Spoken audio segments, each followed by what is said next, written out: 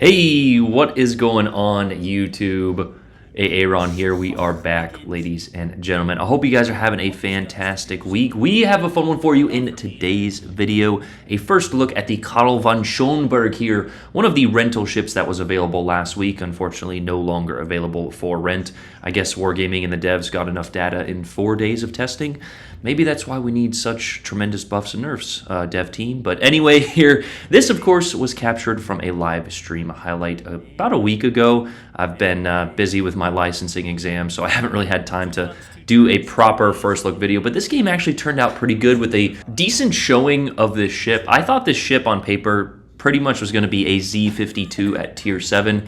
And after playing it, it sort of is that the guns are a touch lackluster. They are the 150s and they do hit pretty hard, but of course that German accuracy, as you will see in this first engagement here, actually does leave something to be desired. But with a 5.6 hydro here, and of course you can see our concealment with Eric Bay as a commander of 5.3, you can stealth sonar, which is very, very powerful. This is honestly what the Z-23 should be, but the Z-23 is still decent in her own regard.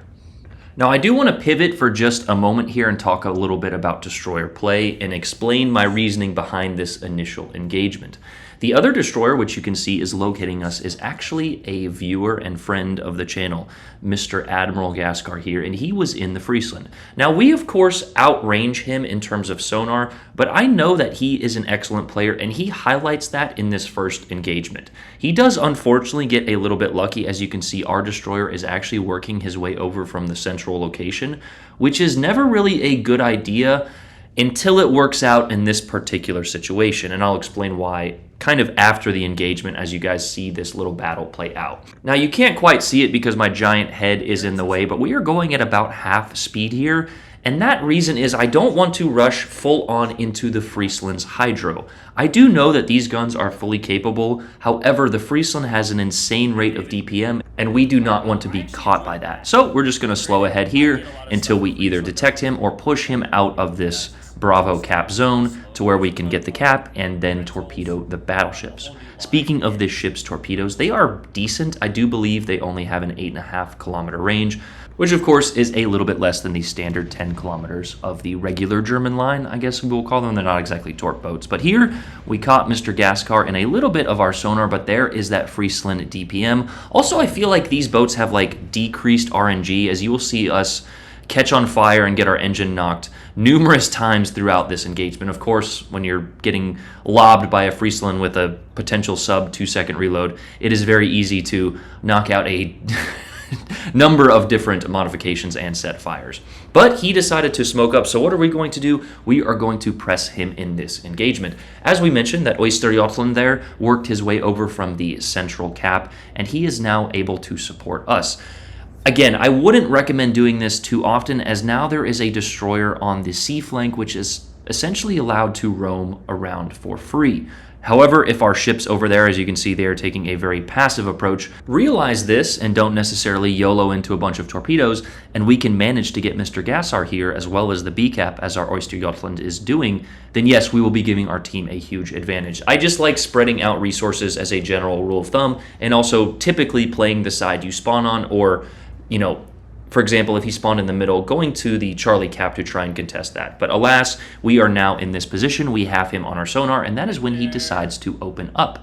Now, of course, I'm going a little bit slow. Your top speed, as you can see, 36.9 to 37 there, is definitely one of those balancing factors. You're not going to be setting any maritime speed records. And as a result, the Oyster-Jotland, I wasn't quite paying attention, as now we are within detection range and going to go ahead and try and open up and eliminate him and get this early advantage, as our team has decided to give the Reds the early advantage there by losing 70,000 health in record time. But the Oyster-Jotland actually disengaged here, and here is just, we set off some zoning torpedoes, as I know that Admiral is going to dodge, and we actually get lobbed by a few of the enemy battleships as well. And it was a decent set of, kind of zoning torpedoes. However, he decides to back up, and you can see he is actually winning this trade. If we didn't have the support of our other battleship here and that Oyster-Jotland, we probably lose this engagement straight up, even with his health disadvantage. And there, of course, is the German accuracy. The shells flying just everywhere except for the target. A perfectly aimed shot there and only 1 of 4 hit.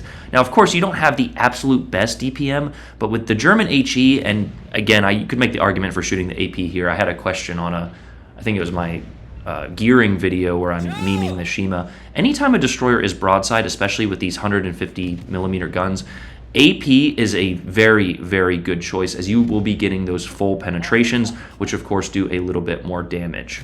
The Germans do have quarter pen, and I believe this ship has it as well, so you, with the 150s, are going to be penetrating a lot of armor regardless. So either choice there is pretty good. Now, you think he's going to get away, and fortunately, with the last shell that we were probably able to get on target, we were able to connect that. So, again, not the best DPM trade, as you can see me raging at the accuracy of these German guns, but a decent overall kind of mid-tier Renaissance destroyer that has decent torps, a sonar capability. You can actually replace your smoke for a reload booster. And of course, if you can get along some light cruisers and meme them, you will be getting some absolute, YouTube-worthy content. However, in the grand scheme of it, I would much rather have my smoke. It just gives you so much more versatility. Trapping other destroyers, getting out of engagements like that. If I would have had it there, I probably would have popped it. But to me, the smoke is just a lot more valuable. And of course, also having your engine boost consumable. I do, again, want to give a lot of credit to Admiral Gassar. He played that rather well, all things considered. His battleships essentially abandoned him. Now, they did throw or lob a few shots in our direction, but none of them connected. And he technically did out-trade me or DPM me, but with the help of all 3 of our ships, which is why I preach so often, a huge shout-out to our battleship for shooting at destroyers, and of course for our Oyster Yachtland for kind of helping me double-team that engagement there. It is about that time to look up at the scoreboard, though, and play the game. What did our blue team do? And, well, our Musashi actually managed to get a little flesh wound trade there. However, we have lost 4 battleships in about 7 minutes here, and the enemy has some decent control of this sea flank. However, our cruisers are doing the right thing in kiting away from that engagement, and that is when we were made painfully aware of the enemy Kagero there in the center of the map. He must have got a fix on us and launched some decent zoning torpedoes, and if those would have connected, that probably would have changed the outcome of this battle, which is why it is always, you guys will see me torping random gaps and channels and just a host of different things, and that's honestly why my torpedo accuracy is so low. If you have them on your boat and you don't have a target of better opportunity, throw them out there. That 2% chance you get of hitting is far better than the 0 if you just, die with them on board. But here, this Brandenburg actually makes one of the best turns of all time, and you can actually see the decent damage that these torpedoes will do if they connect on the target there. 4 with a essentially half health Brandenburg, and he is now down for the count.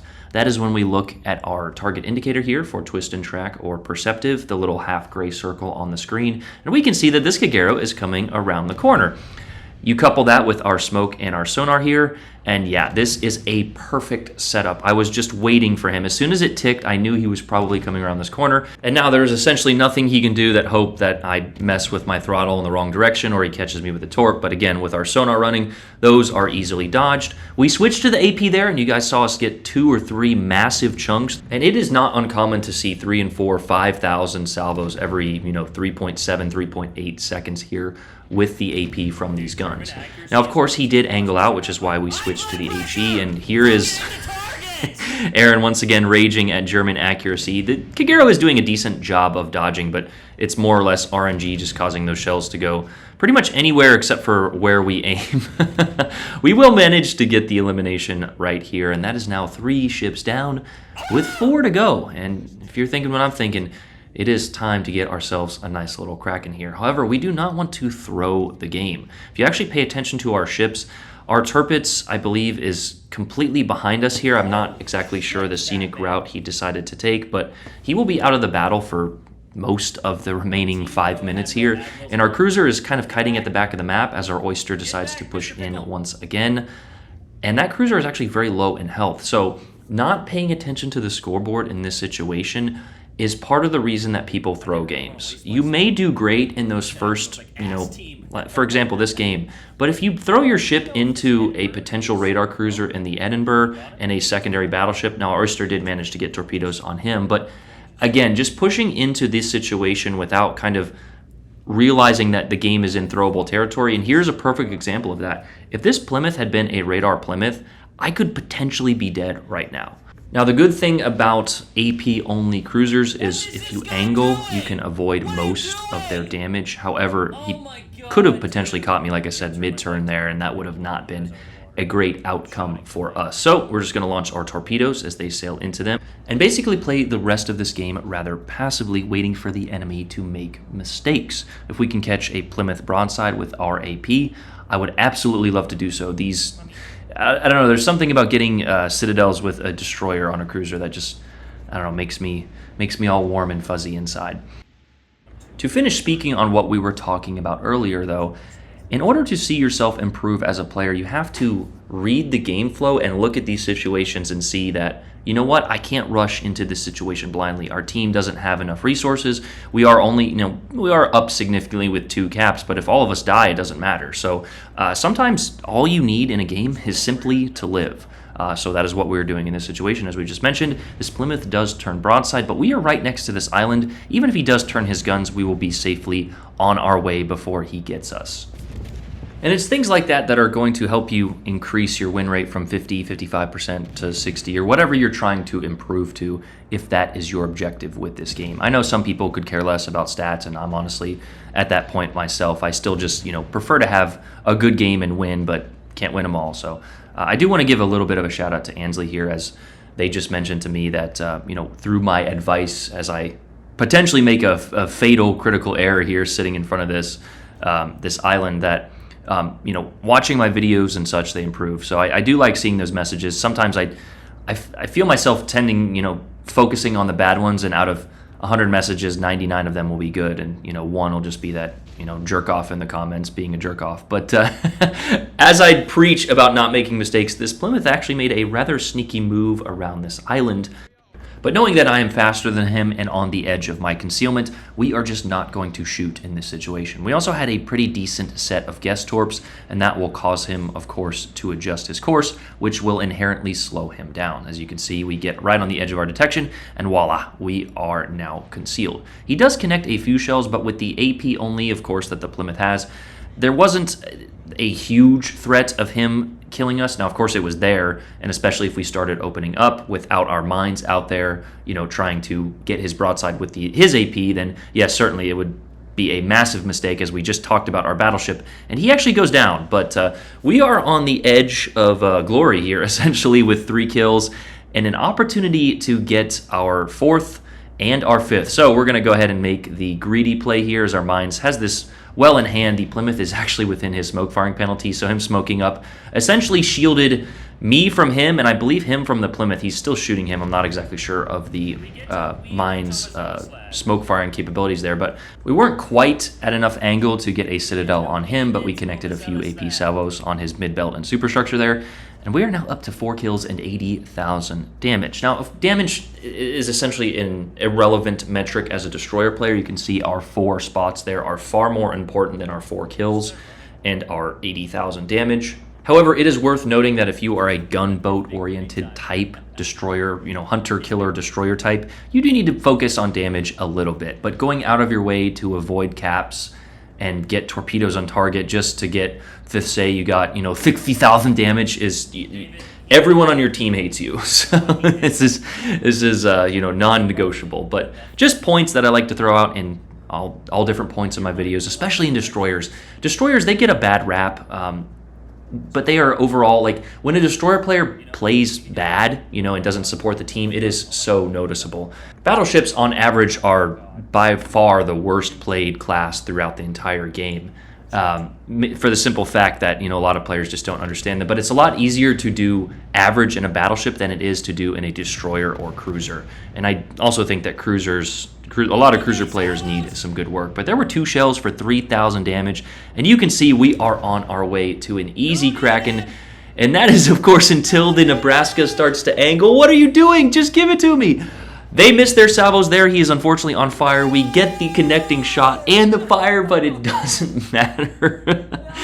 One of those shells or fire must have gotten through. I didn't see here in that moment, but a good game nonetheless. A huge shout out to our Oyster. He actually managed a better score than us, but 27-86 there with 4 kills and, you know, decent eliminations on appropriate targets. I think the ship is actually a lot of fun. Again, I don't know if it's because these ships are in a rental phase, but I much prefer...